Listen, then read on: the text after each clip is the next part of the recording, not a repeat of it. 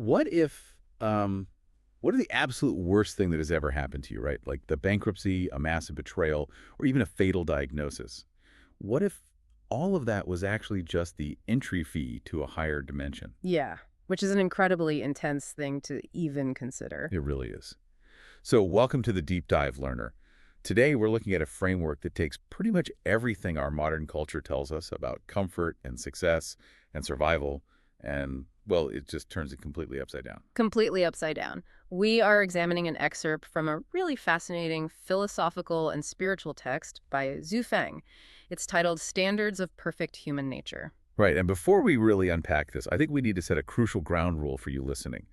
This text introduces some deeply unconventional, highly metaphysical viewpoints. Oh, absolutely. It tackles some incredibly heavy subjects. Yeah, I mean, we're talking about terminal illness, severe suffering, the afterlife, the literal nature of death, and we want to be super clear. We are not endorsing these beliefs. Right, we are just acting as your guides today. Exactly. We're here to objectively explore the ideas presented in the source material. We're not here to take sides or, preach.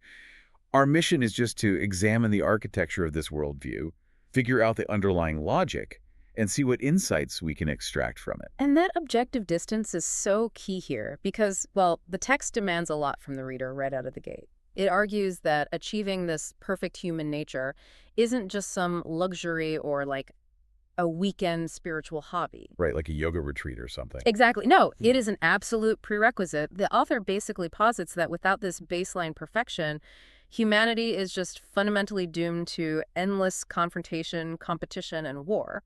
It's the only viable foundation for global peace, according to the text. Yeah, and for individual happiness. So the author lays out 8 specific conditions for this perfect human nature. And, we're not going to sit here and read a dry checklist to you. No, that would be tedious. Right. But a few of these conditions really give you a sense of the psychological weight involved. Like, there's a profound emphasis on reverence.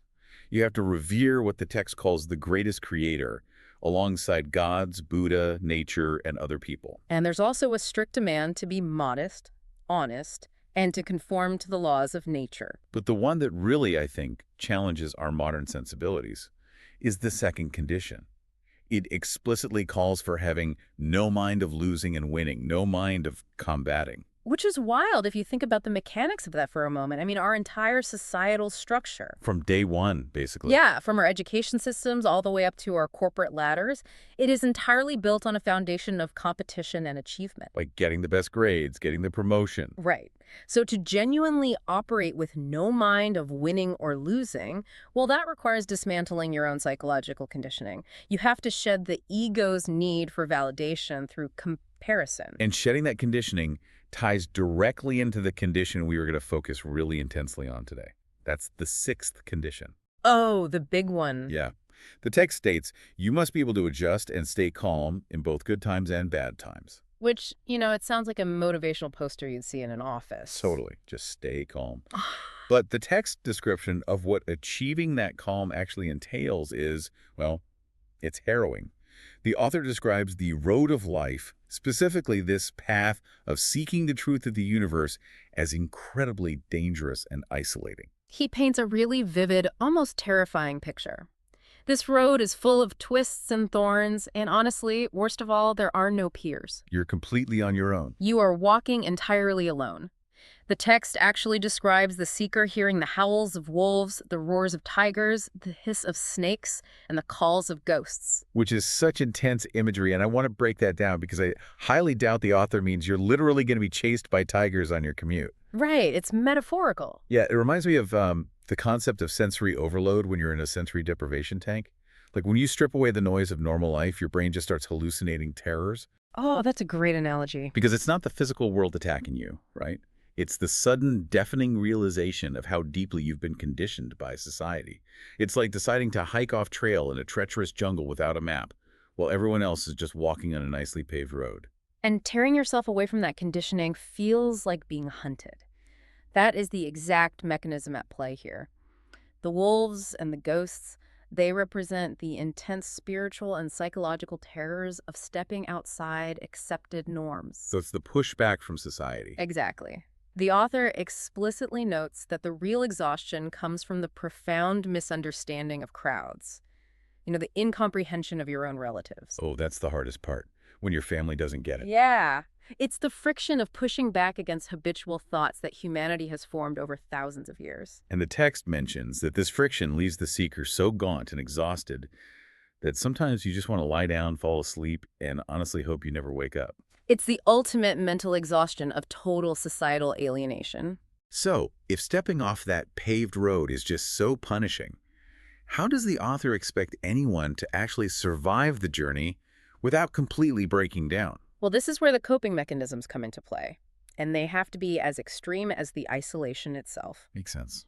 Let's look at how the text instructs you to handle the good times, the successes.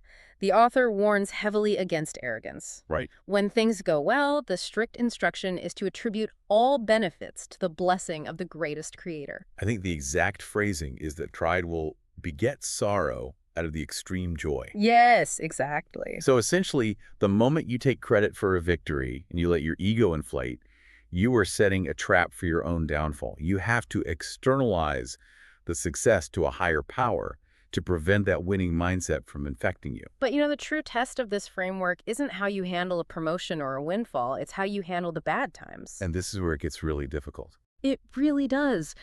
The coping mechanism the text offers for suffering is deeply controversial.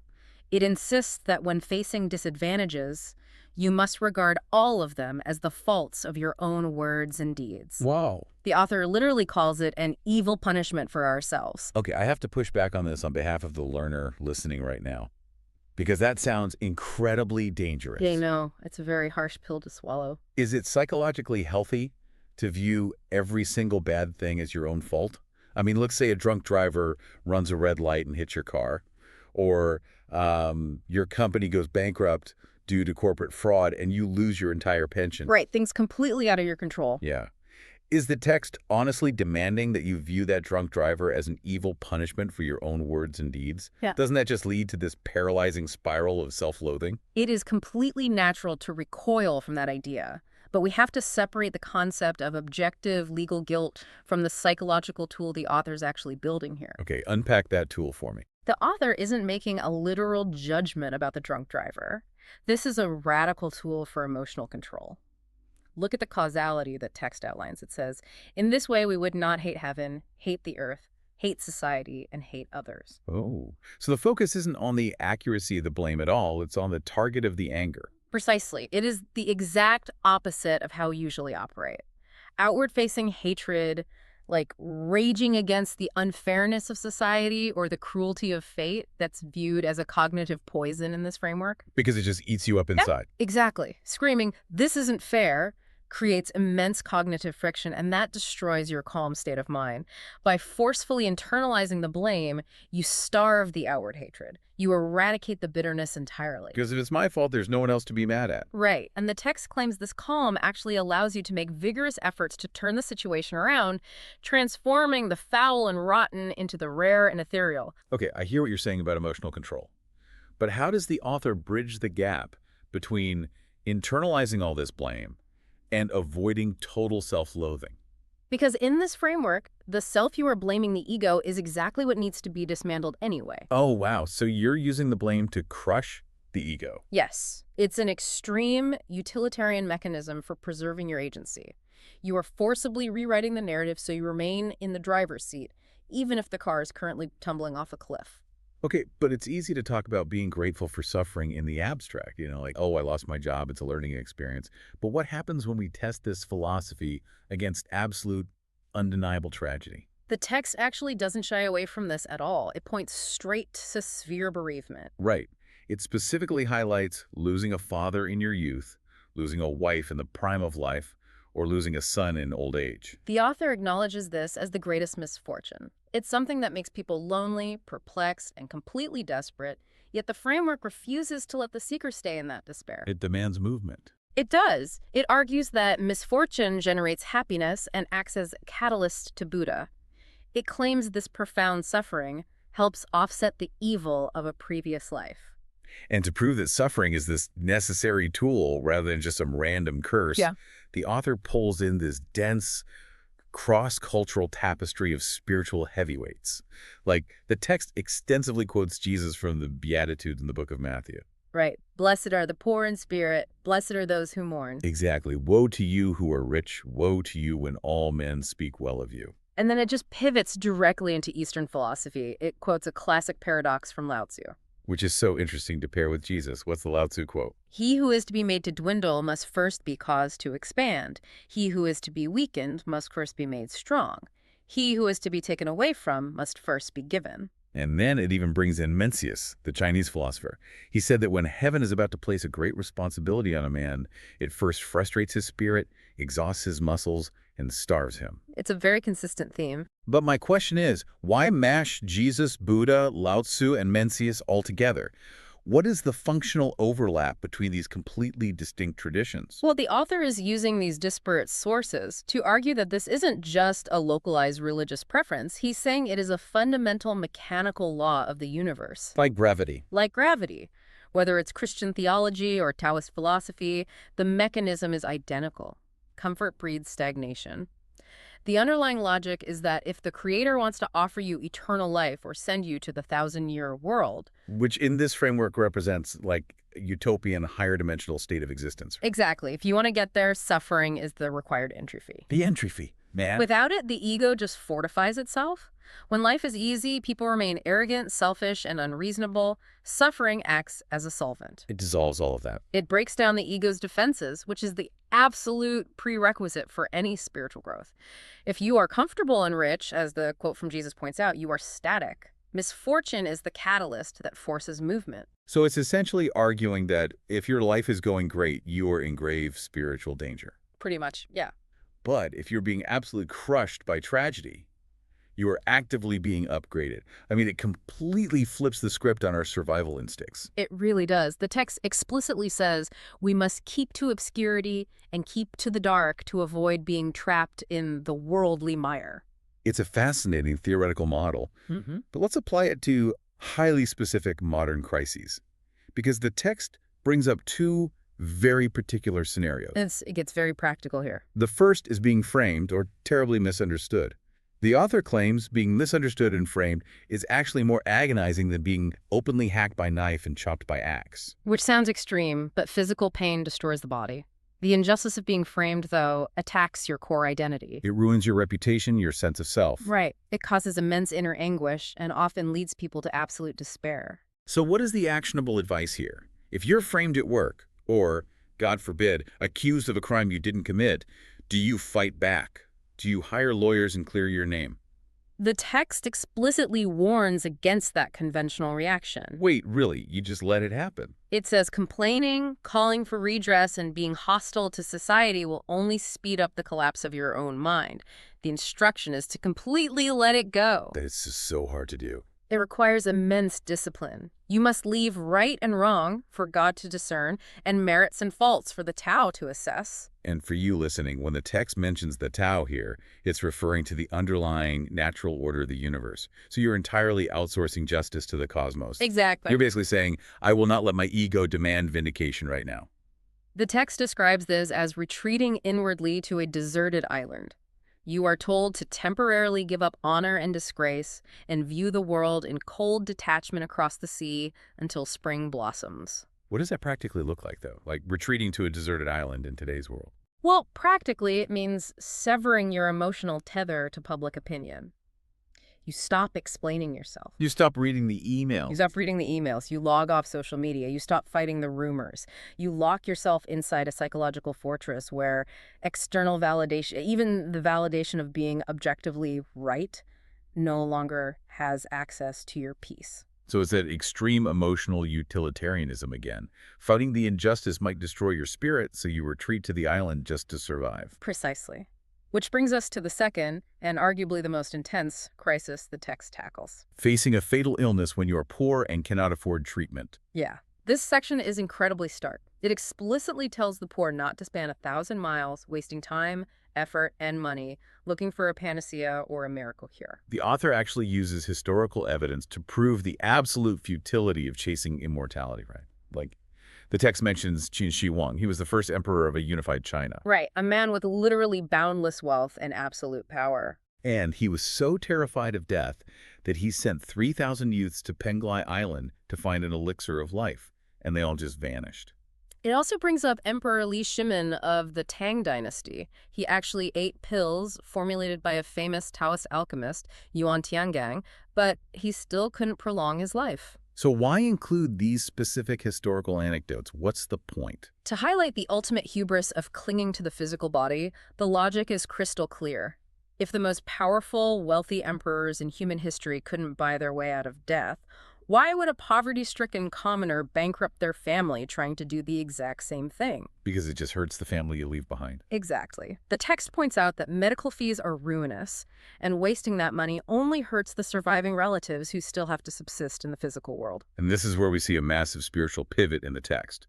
The author argues that death itself is not terrible. No, not at all. What is actually terrifying is the possibility of your soul, what the text calls the spiritual entity lice, moving to a lower bound after the death of your physical body.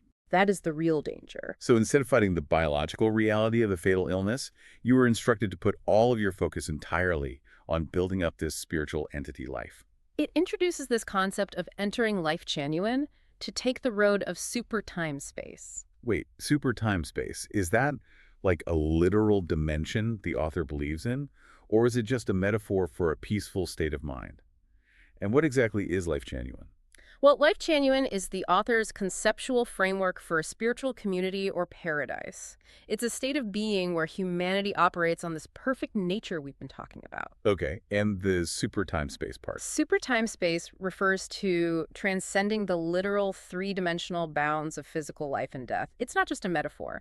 Within this belief system, it represents a literal transition of the soul to a higher frequency of existence, one that's completely unburdened by linear time. Wow. That context is vital, because it leads to what is definitely the most radical stance in the entire excerpt. Oh, without a doubt. The text states that being born into this physical world is not the real happy life. It explicitly claims, the earlier the death, the less the sin, and the higher the chance to go to a high-level life space. The author creates a very rigid hierarchy of life here. Dying immediately after birth is actually considered second best. Which is a shocking thing to read. Dying after childhood is third best. The absolute worst-case scenario, according to this text, is living to be 80 years old, confused, puzzled, and suffering in this physical world. I mean, that is the ultimate subversion of our biological instinct. Every single cell in our body tells us to stay alive as long as possible.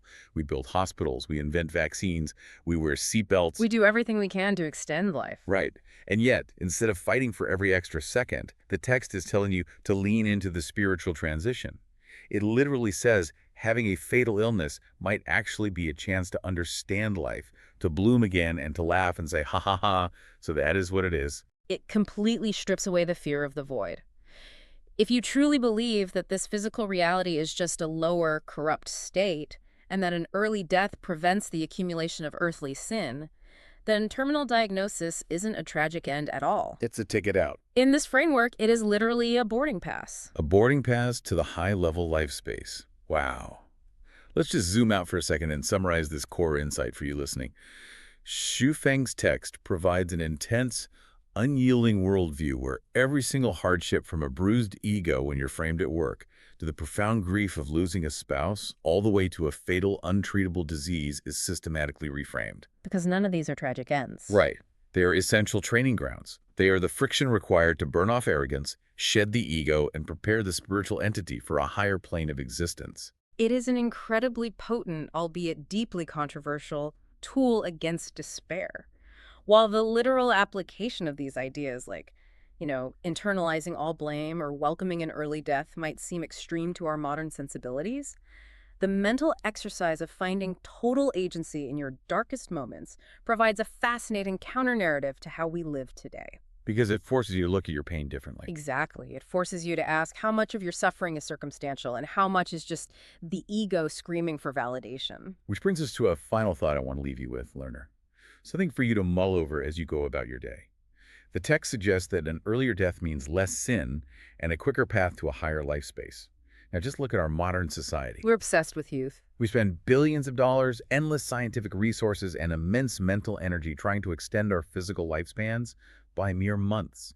We biohack, we diet, we stress over aging constantly. It's a massive industry. It is.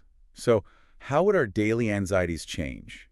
How would the way you approach your morning commute, a career failure, or a doctor's appointment change if we truly viewed our biological expiration date as a promotion rather than a tragedy? It completely changes the weight of the physical world. It really does.